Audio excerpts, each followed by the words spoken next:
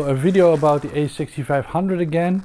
In this case, not really about the a6500 specifically, but more a way to resolve a problem or multiple problems that people are having in one sort of blow.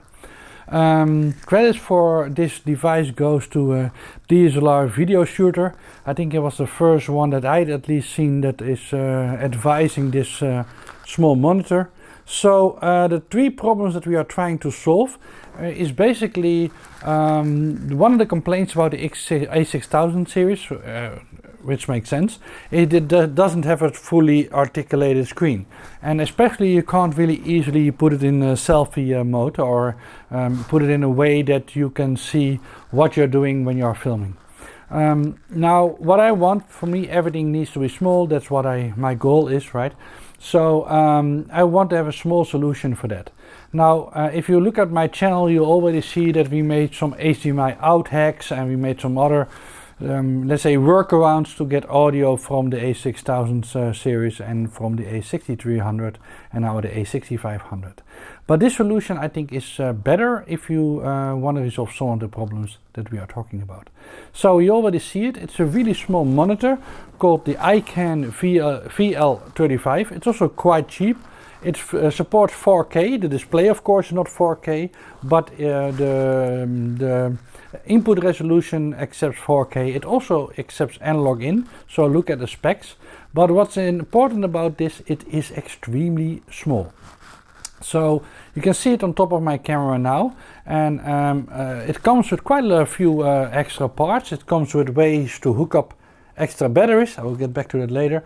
It comes with something like this, so that you can put it on top of your camera. Weirdly enough, this is, my guess, heavier than the whole monitor, because one of the fun parts about this monitor, it's really, I guess, somewhere below 100 grams. It's silly light. And let me turn it into the side view so that you get some idea of how it looks. Hopefully this will work fine. So there you see the side view, and you actually see my already hacking a little bit. So the biggest thing that you see on the back is actually the cable, because I couldn't find a smaller HDMI cable. So and you see a small plug that is DC input, so you can either feed it with a battery using one of these plates, right? This case for the Canon. It didn't come with a Sony one, and actually the one that I want doesn't exist. So part of my hacking project will be to allow, and I've never seen that, but let's see if it works, to allow our types of battery. Can I hack it onto this base plate so that we can use our own batteries? And if my calculations are correct, it should last, these batteries should last about 1.5 hours. So that's not really a bad solution. The next video will be about that. So what I'm using is not the 100 gram sort of solution, because this is quite heavy. It's nice that you have it.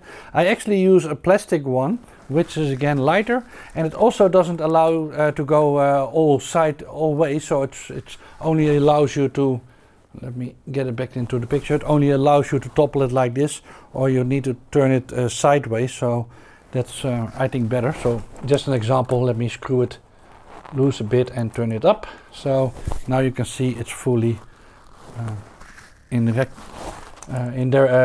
up mode, but you can also put it down. And especially in this somewhat flatter mode, it's actually quite nice, because if you're holding the camera kind of below you, in front of you, it is actually a very nice view. So long introduction. So it's a really small monitor that solves three problems. The first one is, of course, well, it's an external monitor, so you can basically flip it around, right? Now of course I got it this way, but you can also flip it to the other side, and you have your selfie solution, or whatever you want to do with the monitor. It's extremely small, so you can take it in an extremely small bag, which is nice. What I will do, and I think that's an advantage compared to having it on your camera is that I will probably use something like these small sort of stands, which I use a lot. In fact, the camera is now standing on one. I also use it for my Atomos recorders to put it on there. So that means that I can have it somewhere in my view, but it doesn't have to be on the camera or near the camera, right? Or you could even do it next to the lens or under the lens. A nice way of sort of setting it up. The last solution, or I think it's the second, sorry, I got carried away with the first one. So the second solution is of course the brightness of the monitor. So if I start recording in 4K, we know that what normally happens, it will dim the main screen, and well, then you can't see it as well anymore. So what you now see is both a plus and a negative. In 4K, of course, we know that the monitor internally will shut off, and you need to use your external monitor, right? That's, again, we talked about it in a previous video, and you've seen it in many reviews. Just to recap for the other people who have not seen the video about the touchscreen, you can see that the touchscreen pull to focus still works. Now I also turned something else on in the camera. That's why you see on the main screen also the white balance or the exposure going all over the place, because I put metering mode spot on, which is kind of cool for things like taking pictures of birds and stuff like that. What you can now do is also link your focus point to the metering system, so that it works like that. But you can see that the touchscreen is still working while recording, and we have touch to focus. Of course, this makes it a little bit more tricky because you don't see it on the same screen, but kind of interesting solution. The third problem that is solved, which is maybe you already seen it, but on the side there is, ta-da, let me turn it again, you can see it here, there's a headphone out. So that's awfully nice and cool. There's a lot of features on, so that's basically solving the three major problems that people are complaining about in a 100 grams sort of solution. You can hook up a monitor and flip it to yourself or to somebody else in the room so that you can see it, right? So the whole articulating screen sort of argument. The second thing, it has a headphone out so that you can monitor what you're recording. Let me stop this one recording. And the third one is that it kind of solves the dimming screen problem, not fully, but at least a bit. It also has quite a few extra features which are semi-video oriented. So you have things like guidelines that you already see. You can program some of the buttons on top, so you can zoom in, for example. I don't want to turn it around, but you can see it zooming in. You have peaking, which you can set on it. So there's different features that you can program on the screen. I didn't calibrate the screen yet, so the colors are a bit weird. It seems that you can calibrate it. I've seen the options for it. It comes with a USB stick. It comes with this plate sort of thingy. So I think it's kind of a nice solution. What I did now, because you didn't see that I was using a battery pack on the back, I actually already hacked a little bit a solution that will probably last for like a week, because if you put a small battery on top, then my guess is for the Sony batteries it will last about, my guess, 1.5 hours. So about the same time as probably your internal 4K recording on the a6500. But you can also hook up other power sources. So what I did, I used the same USB block that I use to power the dummy batteries for this one, and I hacked up a small cable to the DC input. So the DC input takes from 6 volts to 20 volts, so it's quite easy to come up with a solution to make that work, and I will probably come up with several solutions. The nice thing about this solution is that I don't want to have, when I'm using it, I don't want to have extra weight on the camera itself, right? So having it in a cable solution that feeds both my camera and this monitor is actually might not be a bad way of doing it. Although I will try to get the small batteries to work on the back plate. So again, if you search for VL35, you will find much better reviews. Not many, but a few. Well, not better, but there are not not that many reviews about this one. But you will find reviews back which explain a little bit more and show you the whole setup. I just want to make a quick one, so since it might help somebody this week in resolving some of the issues that they're having with their new camera. And I think this is kind of a neat solution, right? So let me turn it again. And well, you know what, I will take it off. So while you're watching, just to show you how small and how yeah, light this is, I will actually turn it off and take it apart.